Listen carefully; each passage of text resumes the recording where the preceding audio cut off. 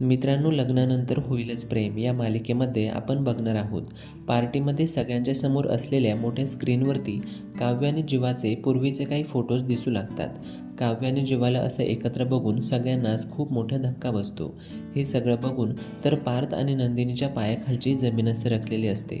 जीवा आणि काव्याचं पूर्वीचं प्रेम प्रकरण अखेर सर्वांसमोर उघड झालेलं असतं व स्वाती आणि रम्या हे सत्य सगळ्यांच्या समोर आणण्यात यशस्वी झालेले असतात. पण यामुळे जीवा आणि काव्यावरती मात्र चांगल्याच प्रश्नांचा भडीमार सुरू होतो आणि साहजिकपणे रम्या आणि वसवात्या या आगीत तेल ओतण्याचे काम करत असतात. शेवटी काव्य आणि जीवा स्वतःच्या तोंडाने कबूल करतात की हो, आमचं एकमेकांवर प्रेम होतं आणि आम्हाला लग्नसुद्धा करायचं होतं. त्यांच्या तोंडूनच हे सगळं ऐकल्यानंतर पार्थ आणि नंदिनीला खूप मोठा धक्का बसतो. जितके ते शॉकमध्ये असतात तितकंच त्यांचं मन या गोष्टीने प्रचंड दुखावलं गेलेलं असतं की या दोघांनी एवढं मोठं सत्य का लपवून ठेवलं. आपल्यापासून सत्य लपवून ठेवल्यामुळे नंदिनी ही जीवावरती तर पार्थ हा काव्यावरती खूप जास्त नाराज झालेले असतात.